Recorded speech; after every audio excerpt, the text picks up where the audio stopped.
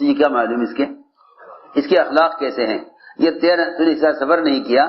تو تجھے اس کے اخلاق کا علم کیسے ہو گیا؟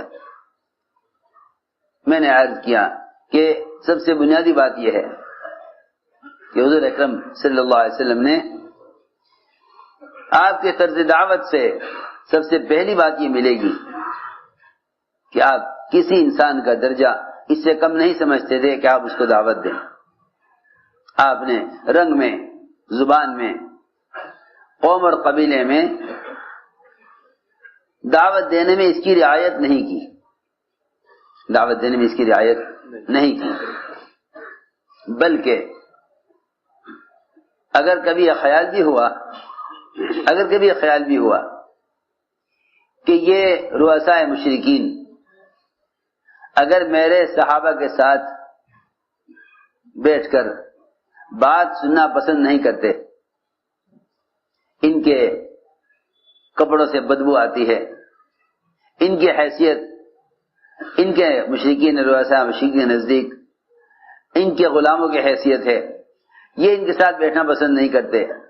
بعض ان میں ایسے بھی ہیں جو ان رؤساء مشرکین کے غلام تھے مگر اسلام میں داخل ہو گئے، اسلام میں ان کا مقام بہت اونچا ہے، لیکن رؤساء مشرکین ان کو اپنا غلام ہونے کی وجہ سے اچھا نہیں سمجھتے، ان کے ساتھ بیٹھنا پسند نہیں کرتے۔ چنانچہ آپ کو ایک خیال ہوا کہ ان رؤساء مشرکین کی الگ نشست ہو جائے، تمہاری بات بہت جا کے سننی پڑے گی، ان رؤساء مشرکین کی الگ نشست ہو جائے، ایک خواص کا جوڑ ہو جس میں عوام شریک نہ ہو، اس لیے کہ یہ رؤساء مشرکین اپنے حیثیت اور معیار کے اعتبار سے ان کے ساتھ بیٹھنا پسند نہیں کرتے، تو کیا حرج ہے اگر ان کو الگ جمع کر لیا جائے، انہوں نے مطالبہ کیا اس کا کہ اے محمد صلی اللہ علیہ وسلم، ہم آپ کی بات سنیں گے مگر ایک شرط پر، کہ جب ہم بیٹھے ہوئے ہوں گے، ہماری بات چل رہی ہوگی، ہم سے آپ مذاکرہ کر رہے ہوں گے، تو اس وقت یہ آپ کے فقراء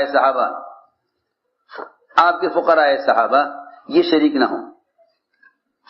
آپ صلی اللہ علیہ وسلم نے ان کے اس مطالبے کو قبول فرمایا اس خیال سے کہ چلو ان کے کان میں دین کی اسلام کی بات تو پڑے، ان کے کان میں اسلام کی بات تو پڑے، کیا حرج ہے، میرے صحابہ تو ایمان لا چکے، بات سمجھ چکے، اگر اتنی دیر کے لیے یہ ایک طرف ہو جائیں اور رؤساء مشرکین کا ایک الگ جوڑ ہو جاوے۔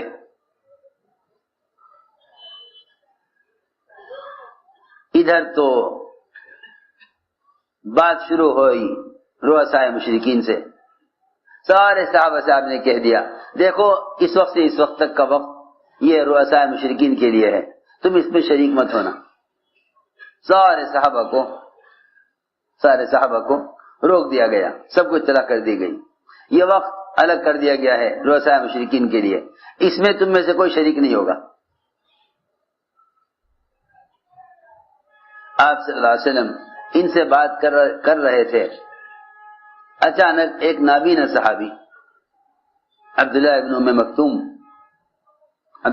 مکتوم جنہیں نہیں معلوم کہ یہاں کیا ہو رہا ہے، کیا وقت ہے، کن سے آپ بات کر رہے ہیں، وہ دروازے سے چیخے مسجد کے، انہیں نہیں معلوم کہ آپ کہاں بیٹھے ہیں، کون لوگ آپ کے پاس بیٹھے ہیں،